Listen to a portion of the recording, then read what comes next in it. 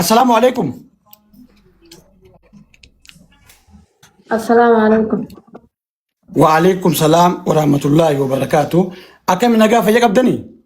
نجي هيا بلين يجوا هيا قبضني. فيك أبنا الحمد لله. من أبيسيتك وجاسوا.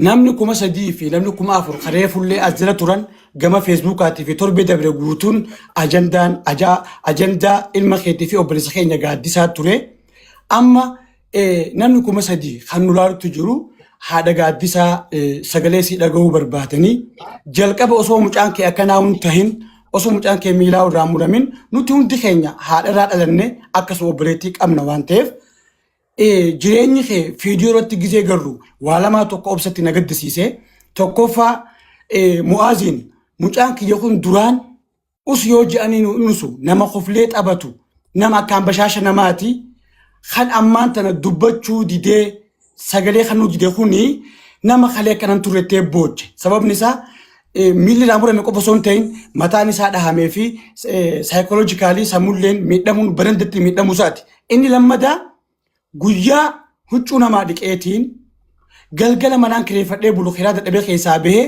nama na beekan bira bulaa jira. Kan akka malee nu marare rakkoo mucaa keetii jabuutirraa muwaas keenya sii galchee cinatti rakkoo qabatamaati keessa jirtuudha. Wanti nuti barbaannu jireenya kana sirraa jijjiirree uummata keenya kaasira jiru wajjin akkuma ilma namatti jiruu nagaa akka jiraattu barbaanna.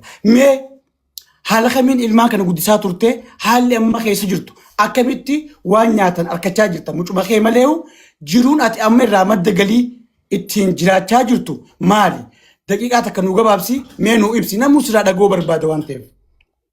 Bulayyin kiyya galatoomaa isinilleen tadalagattaa isinaa nyaachisu isinaa faayideessu mucaa kiyya kana yeroon ijjiruma duraa silaa biyya jiru rakkoo keessatti isaan guddisee hin bakka magaalaa seenaatiin kuulitti godhadha jeetiin magaalaatti darseenee dar keessatti kaniin mana jaalladhee qabu darii mana kireeffadhee huccuu namaa dhiqaa isaan guddisu jira dadaruma san na dhiisee naga laabbatee kutee osumaan isa eeguu mucaa kiyya kana guyyaan huccuu dhiqaa soomanaa seenuu deemaa beektee bara deengiddaa bakkaan huccuu dhiqu jirutti huccuu dhiquu dadhabee qaamnummaan kun na gadhiisee garaan kun na dadhabee gale isa kanaan na duraa mul'ataa beektee edii waggaa kana isa miilli muramee jira. Miilli murameeti silkii teenyaan qabu silkii isaan qabnu miilli muramee mana akamaa jira. Ganama muramee galgala akkasitti kunoo mucaa miilli muramee abbaan kiyya silkii dawwalee naan hin jiru maal ta'ee murame